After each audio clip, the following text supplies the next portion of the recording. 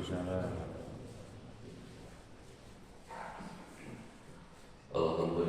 alhamdulillahilladzi an'ama 'alaina bi ni'matil iman wal islam. Asyhadu an la ilaha illallah wahdahu la syarika lah wa asyhadu anna sayyidana wa nabiyyana wa maulana Muhammadan abduhu wa rasuluhu alladzi la nabiyya ba'dahu. Allahumma shalli wa sallim wa barik ala sayyidina Muhammadin nabiyil ummi wa ala alihi wa sahbihi ajma'in. Jemaah salat subuh yang dimuliakan Allah Subhanahu wa taala. Alhamdulillah, bersyukur kita kepada Allah Subhanahu wa taala di pagi hari ini. Allah Subhanahu wa taala masih memberikan kekuatan kepada kita untuk bisa melaksanakan salat subuh secara berjamaah.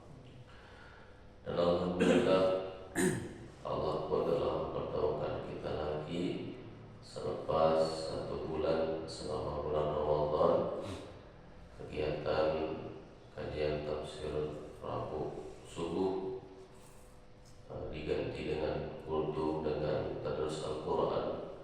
Alhamdulillah, hari ini kita akan memulai kembali, yaitu kajian tafsir Rabu subuh. Semoga kita semua diberikan istiqomah oleh Allah Subhanahu wa taala. Amin ya Allah ya rabbal alamin.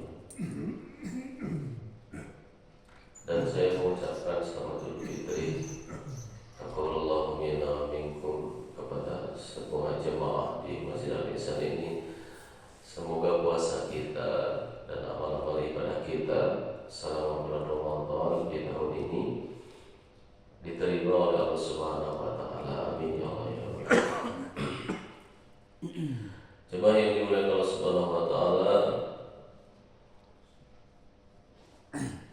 terakhir kita membahas yaitu surah Al-A'la di ayat ke-15 waktu itu. Dan insyaallah di pagi hari ini kita akan menyelesaikannya di ayat ke-16 dan ayat berikutnya. Bismillahirrahmanirrahim.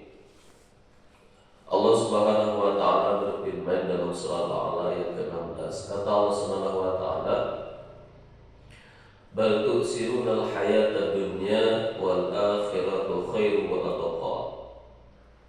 Bal tu'siruna al-hayata dunya.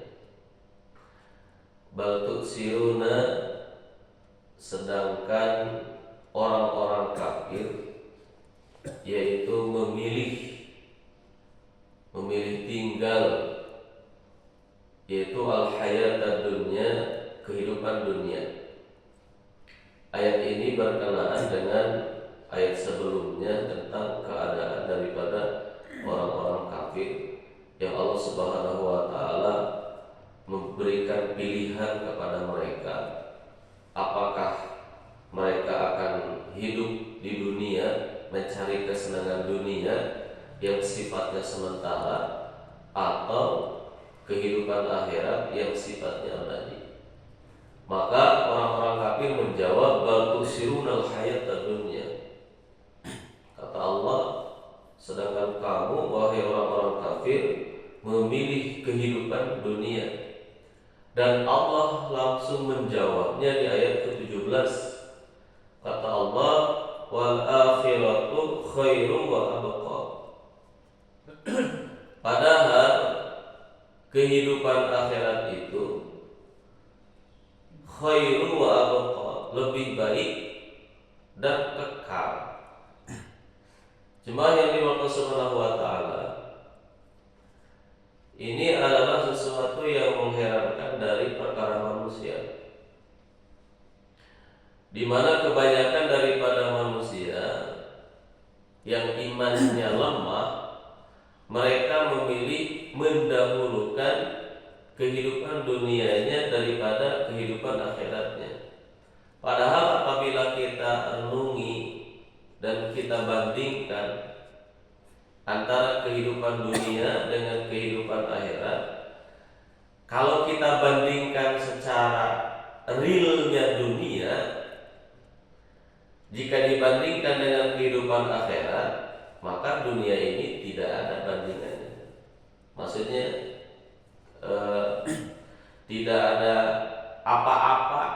apabila dibandingkan dengan kehidupan dunia, dengan kehidupan akhirat maksudnya.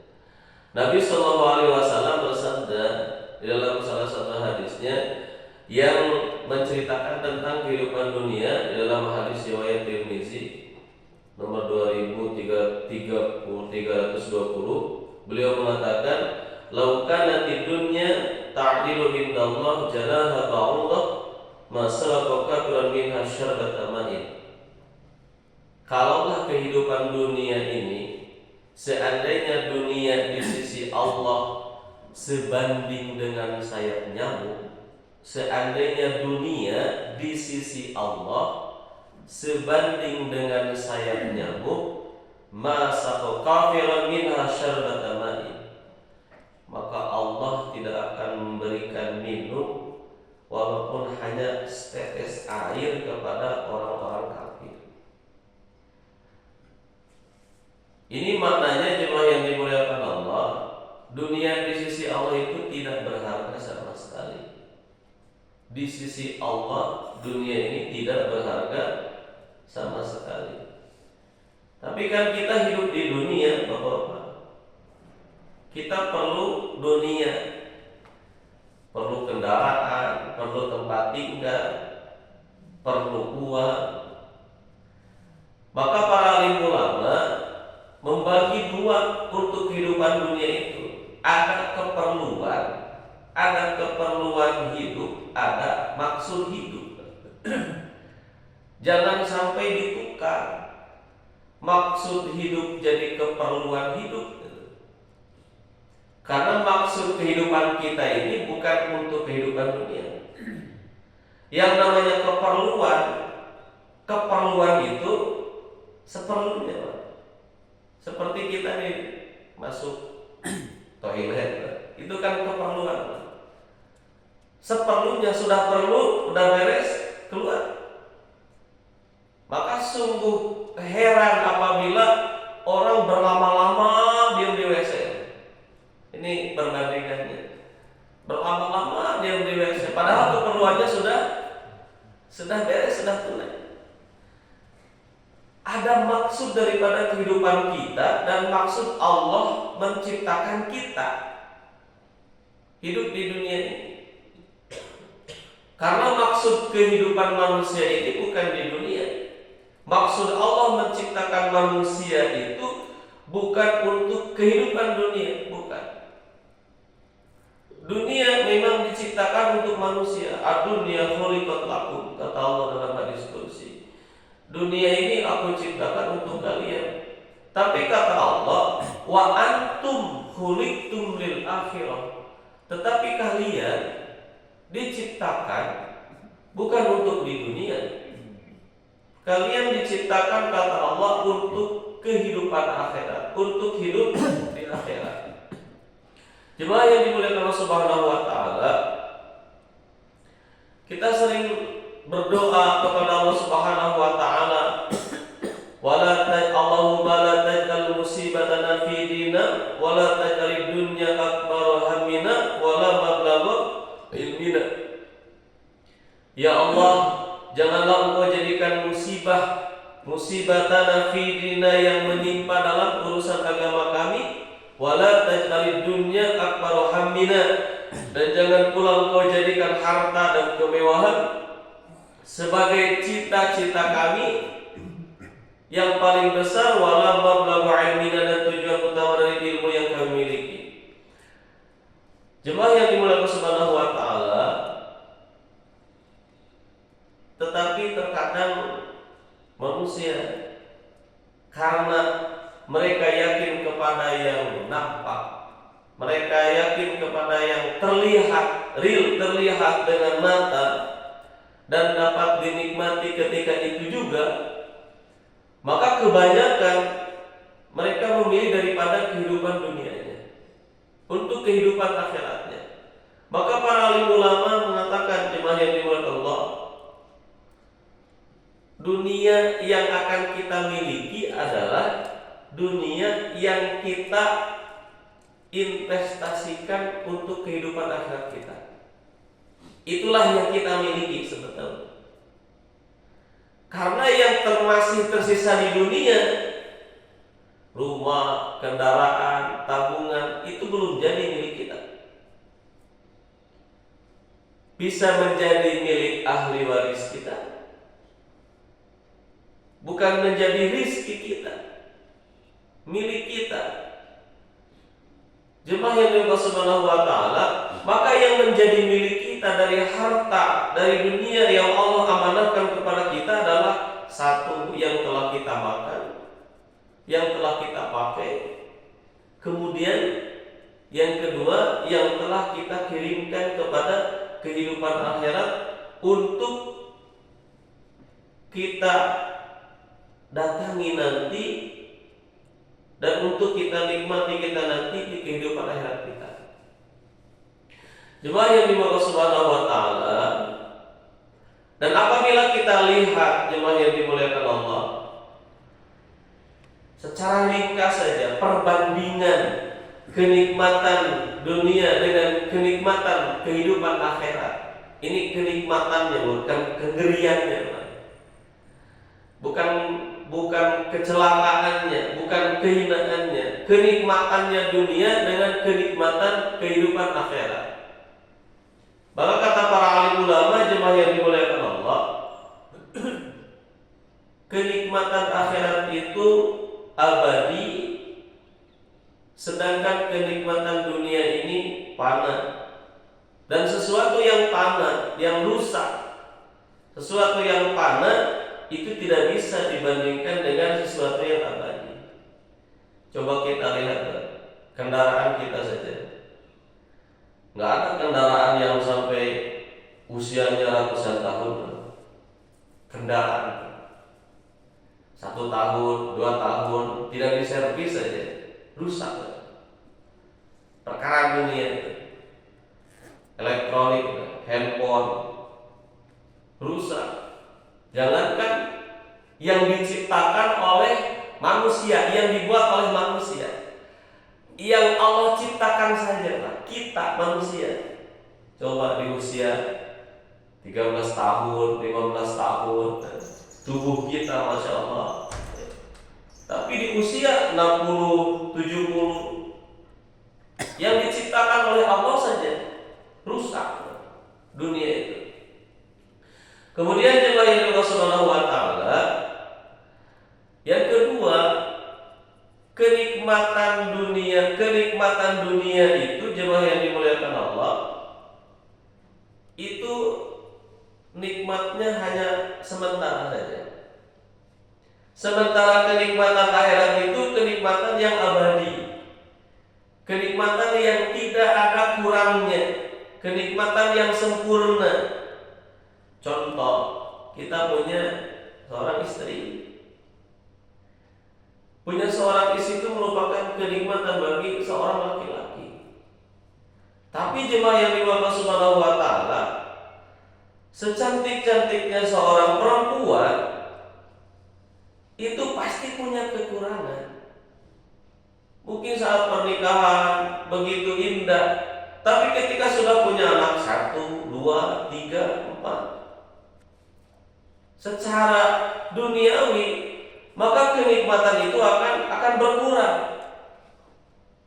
berkurang dari dalam diri manusia saja. Kemudian jemaah yang dimuliakan Subhanahu wa Ta'ala,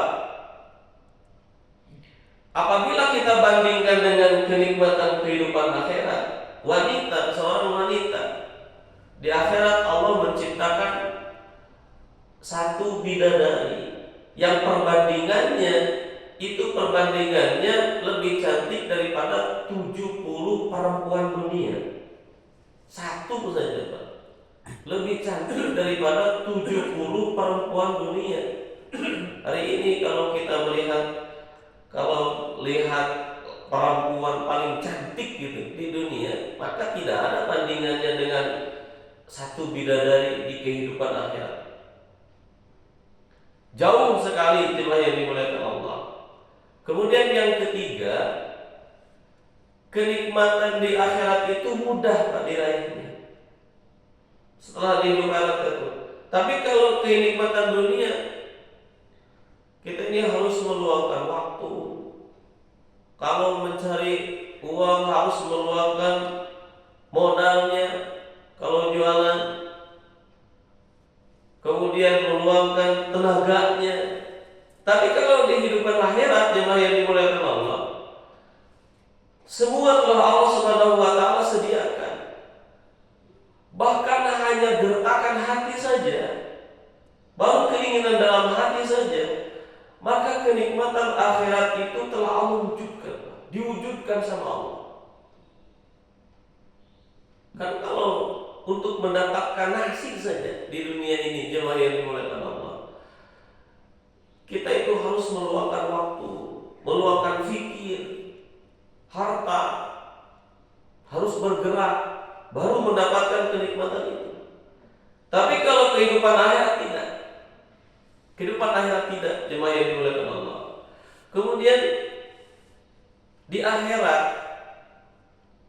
kenikmatan itu tidak tergantung kepada musim. Tapi kalau di dunia, buah-buahan saja harus ada musimnya. Bulan ini musim buah ini, rambutan musimnya di bulan sekian, mangga musimnya di bulan sekian. Tapi kalau di kehidupan akhirat, kenikmatan-kenikmatan tersebut tidak ada musimnya. Semua ada, setiap hari ada, setiap menit, setiap detik ada, dan sifatnya abadi. Kalau buah-buahan tidak membusuk, tidak. Nasi, susu, tidak ada yang membusuk, jemaah yang dimuliakan Allah. Dibiarkan saja tidak membusuk.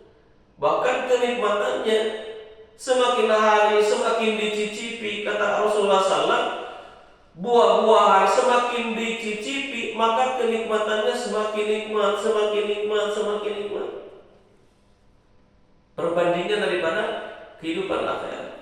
Cuma yang dimaksud Subhanahu wa taala, yang kelima, kenikmatan di akhirat itu tidak menimbulkan kotoran. Beda dengan kenikmatan dunia. Kenikmatan dunia itu makanan, seenak-enaknya makanan menjadi kotoran ujung-ujungnya. Buah-buahan, apapun yang kita makan, jemaah yang dimuliakan Allah, senikmat-nikmatnya makanan yang kita makan, ujung-ujungnya jadi kotoran. Tapi kalau kehidupan akhirat, kenikmatan di akhirat, makanan di akhirat, tidak ada yang menjadi kotoran. Karena di akhirat itu tidak buang air kecil, di surga itu tidak buang air besar. Lalu Sayyidatina Aisyah bertanya kepada Rasulullah, ya Rasulullah, terus menjadi apa makanan yang dimakan oleh manusia di surga? Maka menjadi keringat, yang mana keringatnya lebih wangi daripada minyak kasturi, kata Rasulullah.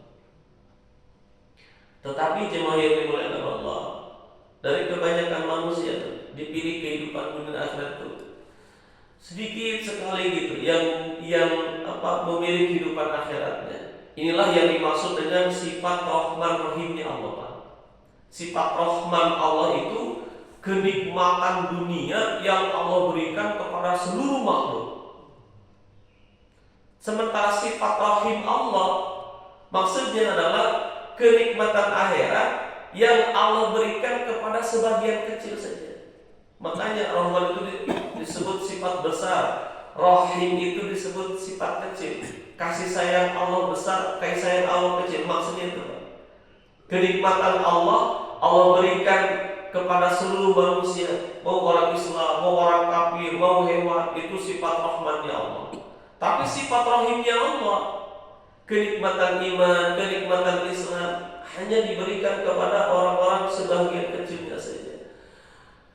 Dan jemaah yang dimuliakan Subhanahu wa taala, kita yang hari ini Allah berikan hidayah untuk melaksanakan ajaran baginda Nabi SAW, menerima Islam dengan penuh keikhlasan. Mudah-mudahan termasuk orang yang mendapatkan sifat rahimnya Allah di kehidupan akhirat kelak. Jemaah yang dimuliakan Allah, kata Allah, inna hadza la fis suhufil ula, sesungguhnya ini apa yang diceritakan barusan itu pun terdapat dalam kitab-kitab terdahulu. Di dalam kitab terdahulu, kitab Taurat, kitab Zabur, kitab Injil, Allah ceritakan, jemaah yang dimuliakan Allah, Suhufi Ibrahim wa Musa, yaitu kitab-kitab suhufnya Nabi Ibrahim dan suhufnya Nabi Musa, yaitu kitab Taurat. Allah ceritakan, jemaah yang dimuliakan Allah. Maka yang hari ini kita masih diberikan kesempatan untuk kehidupan dunia kita, maka investasikan kehidupan dunia kita itu untuk kehidupan akhirat kita. Sebagaimana Nabi SAW, aku kata Rasulullah tidak meninggalkan dinar dan dirham untuk anak istrinya. Tetapi apa yang ditinggalkan oleh Nabi? Dua perkara yang apabila berpegang teguh kepada dua perkara tersebut, maka tidak akan tersesat selamanya, yaitu aturan Allah melalui Al-Quran dan aturan Allah melalui hadis Nabi SAW. Maka bagaimana kita pun bisa mengikuti mereka. Di dalam Al-Quran Allah katakan, "Lau taraku min khalfihim dzurriyyatan di'afan khafu 'alaihim." Di dalam ayat itu seolah-olah bahwa jangan sampai meninggalkan anak istri dzurriyyatan di'afan, meninggalkan anak istri di'afan dalam keadaan lemah. Maksud lemah di situ, jemaah yang dimuliakan Allah, bukan lemah karena kehidupan dunianya, tapi lemah imannya, lemah agamanya. Jangan sampai ketika kita kembali kepada Allah, meninggalkan keturunan-keturunan kita dalam keadaan lemah dalam perkara agamanya, lemah dalam perkara imannya. Karena kalau kehidupan dunianya, Allah katakan, aku telah menjamin rizki seluruh manusia yang ada di dunia ini sampai di detik terakhir napasnya, aku jamin rizkinya.